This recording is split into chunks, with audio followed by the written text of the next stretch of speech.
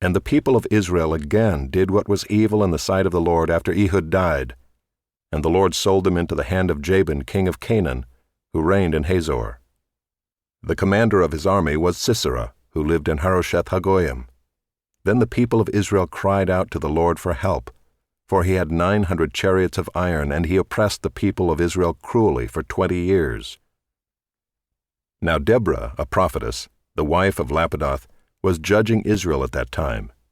She used to sit under the palm of Deborah, between Ramah and Bethel, in the hill country of Ephraim, and the people of Israel came up to her for judgment.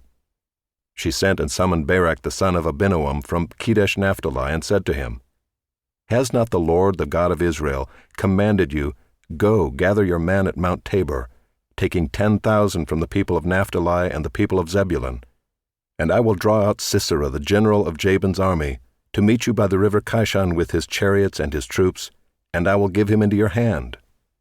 Barak said to her, If you will go with me, I will go, but if you will not go with me, I will not go. And she said, I will surely go with you. Nevertheless, the road on which you are going will not lead to your glory, for the Lord will sell Sisera into the hand of a woman. Then Deborah arose and went with Barak to Kedesh. And Barak called out Zebulun and Naphtali to Kedesh, and 10,000 men went up at his heels, and Deborah went up with him.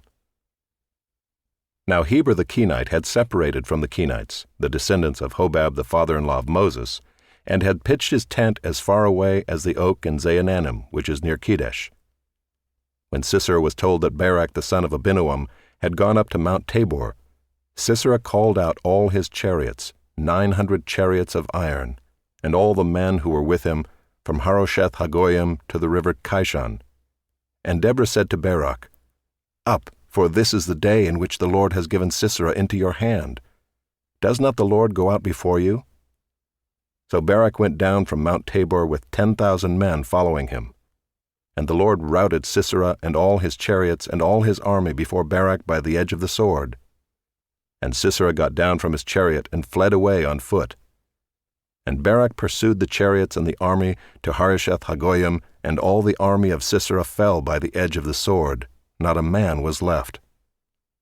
But Sisera fled away on foot to the tent of Jael, the wife of Heber the Kenite, for there was peace between Jabin the king of Hazor and the house of Heber the Kenite. And Jael came out to meet Sisera, and said to him, Turn aside, my lord. Turn aside to me, do not be afraid. So he turned aside to her into the tent, and she covered him with a rug. And he said to her, Please give me a little water to drink, for I am thirsty. So she opened a skin of milk, and gave him a drink, and covered him. And he said to her, Stand at the opening of the tent, and if any man comes and asks you, Is anyone here? Say no. But Jael the wife of Heber took a tent peg, and took a hammer in her hand. Then she went softly to him, and drove the peg into his temple, until it went down into the ground while he was lying fast asleep from weariness. So he died.